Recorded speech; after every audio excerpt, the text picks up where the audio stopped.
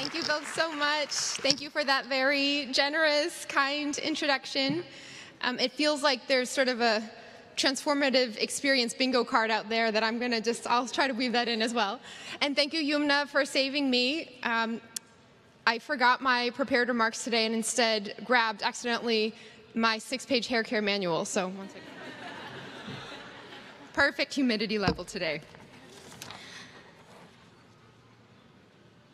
Thank you so much, class committee, class of 2022, for inviting me to join you for this tremendous honor. When I got the invitation to be your speaker, I felt a pang of recognition from my earliest days here in the yard, looking around and wondering how I could possibly belong here. I didn't know anything about politics, wasn't a junior squash champion, hadn't written a book on astronomy. Those were all my entryway mates. And just like then, my first thought when I was asked to join you today was, what makes me qualified just 6 months into my new job for this incredible honor? I'm still terrible at squash. My second thought was, actually, this is kind of awkward because I had already told one of the Harvard grad schools that I wasn't available to be their graduation speaker. True story. But I wanted to be here with you all because this is truly one of the most special events from Commencement Week. It's an incredible opportunity to speak with all of you in this moment. It's a moment of possibility as you reflect on all that you've been immersed in person and over Zoom over the last few years with those who've grown alongside you. 6 months ago, I was sworn in as an unusual mayor of Boston. There's not much around that's older than Harvard, but Boston is. Founded in 1630, and until 6 months ago, we had never in nearly 400 years elected a woman or a person of color as mayor.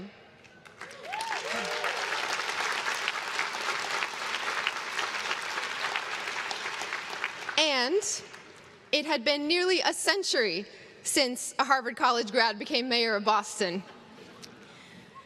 But 15 years ago, I sat in your very seats. So maybe what qualifies me most of all to share some insights at Class Day is that I'm proof that you can go from having absolutely no idea what you want to do at Class Day to mayor of the greatest city on the planet.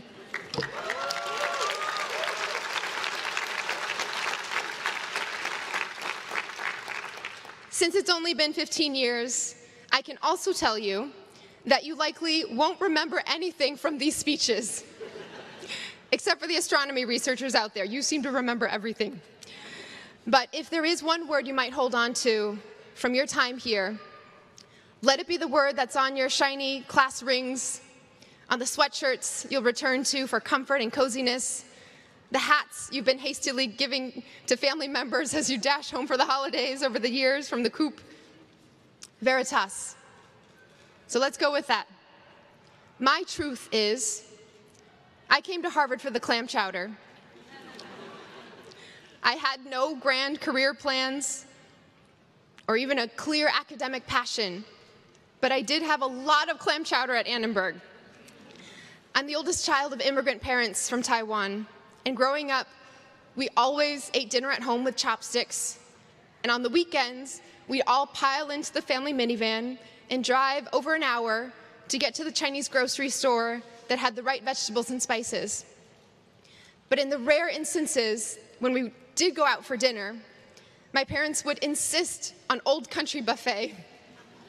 It's before all of your time now, but there used to be in various suburban strip malls an all-you-can-eat buffet where you could get as many plates as you wanted of things like mac and cheese and roast beef. They charged kids by their age, which kind of took some of the fun out of birthdays. But for me, the highlight of the meal was always at the very end. After I was absolutely stuffed, I would still find room for some soft serve ice cream and a glorious bowl of clam chowder. So at Prospective Students Weekend, when I learned that there was always ice cream in the dining halls and clam chowder on Fridays, that was that. To this day, I'm still Courier House through and through. But my truth is, I was initially disappointed about getting quadded and confused about why our mascot was a tree when other houses had animals that were fierce and regal, or at least cute. Today as mayor, I'm looking to plant tens of thousands more trees in Boston to grow our canopy, reduce urban heat island effect, and clean the air in our neighborhoods. And sometimes in meetings, I blurt out, "Fear the tree!"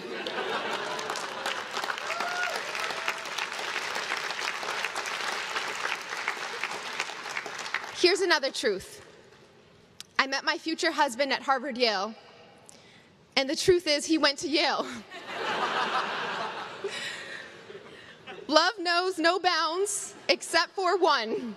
We still have never sat on the same side at the game. And the truth is, at my commencement, I was scared. Sure, there was that slight nervousness about entering the real world, but it was more than that. A few months earlier, my mom had started to show signs of mental illness, paranoia, delusions, hearing things that no one else could hear. And in the culture and the family that I grew up in, we couldn't bring our business out to the public.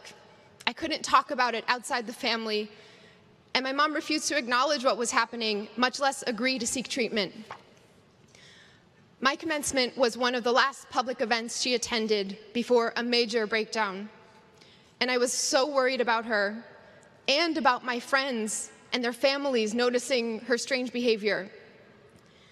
It still took months after that for us to get her to seek treatment, and months after that for me to be able to talk about it with my friends. It was still a truth that was too painful to share because of the stigma that we all must be a part of breaking. The truth is, among my blocking group, I was the last person anyone thought would end up in politics. But my family's challenges, my mom's journey with mental health, set me on this path. Stepping in as a caregiver to my mom, raising my sisters shortly after graduation, opening a small business, and seeing how so many of the systems we had to interact with weren't designed for people like my family. And also seeing that we can all have a role in fixing them. You'll hear the wise worldly advice tomorrow at commencement morning exercises, so I'll just give 3 things that I've learned about Veritas in the years since leaving the yard. First, your own deep truth sets the foundation for your happiness, health, and impact. Take care of yourself. Figure out what gets you excited to wake up in the morning, and just as important, listen to your body and know when it's telling you you're not okay. Surround yourself with friends. Immerse yourself in the work that respects your truth, that feeds it and nurtures it, and encourages you to be the truest and most joyful version of yourself.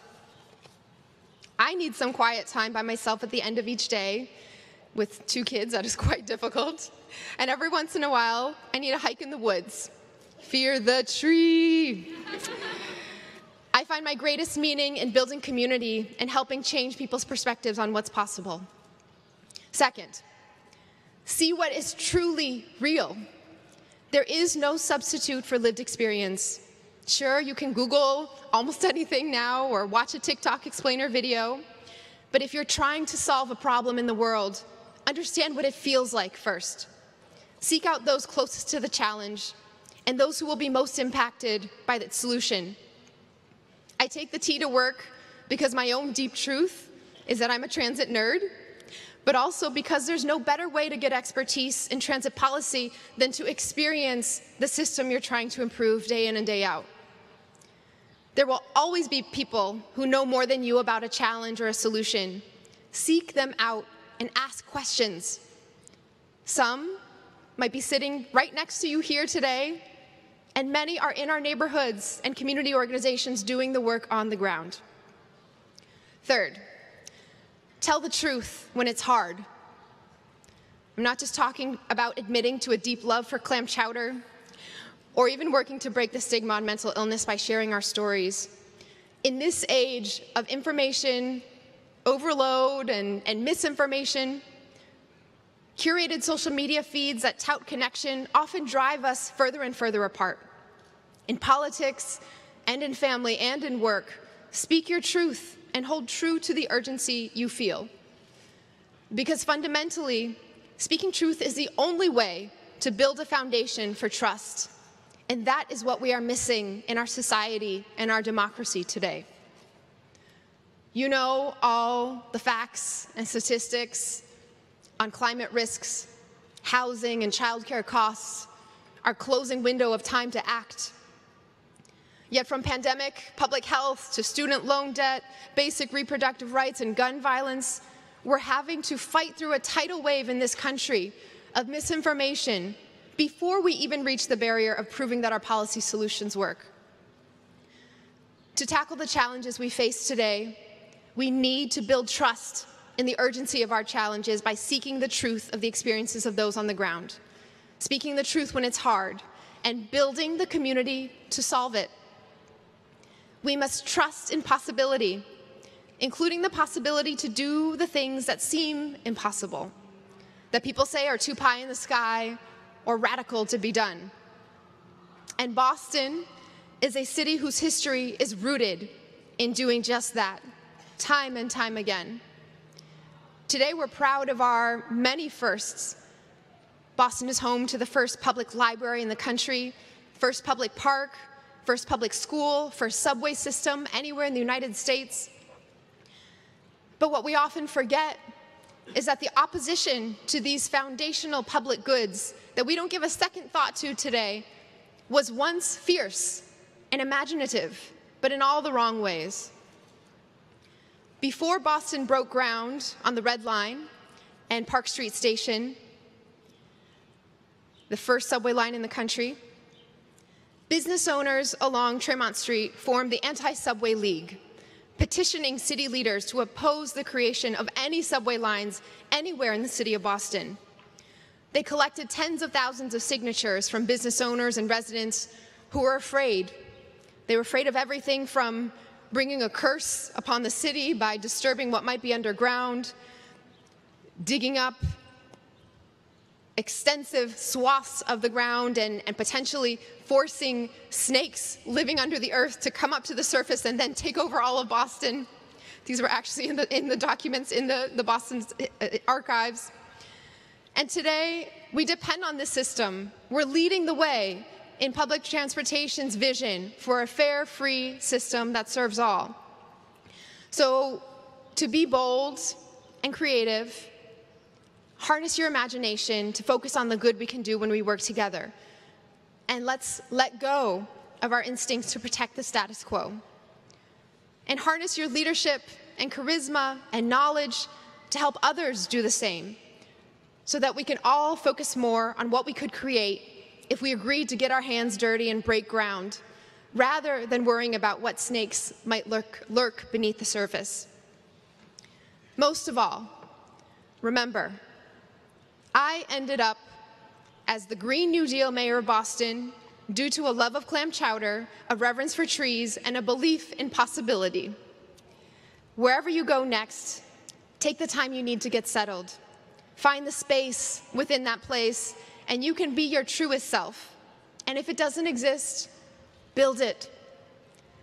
I know better than to try to tell you not to do it all, but I will encourage you to find the time every now and then to just be.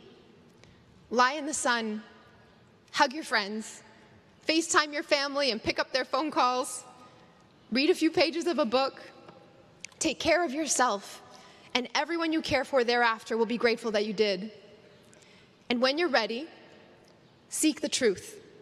See what's real, what's necessary, and what's not. Think about the impact, especially for those nearest whatever issue you're trying to solve, but not at the expense of those on the periphery. And when you find that truth, swim through the waves of misinformation and disbelief and incredulousness and tell it. Tell the truth when it's hard and uncomfortable and complex, and to the extent that you can, hold people through it if they need to be held, but tell the truth. Tell it so that we can build and rebuild the trust that's needed for our brightest future. You can do anything. Choose to make what you do impactful, joyful, and true. We're all rooting for you, class of 2022. Congratulations and good luck.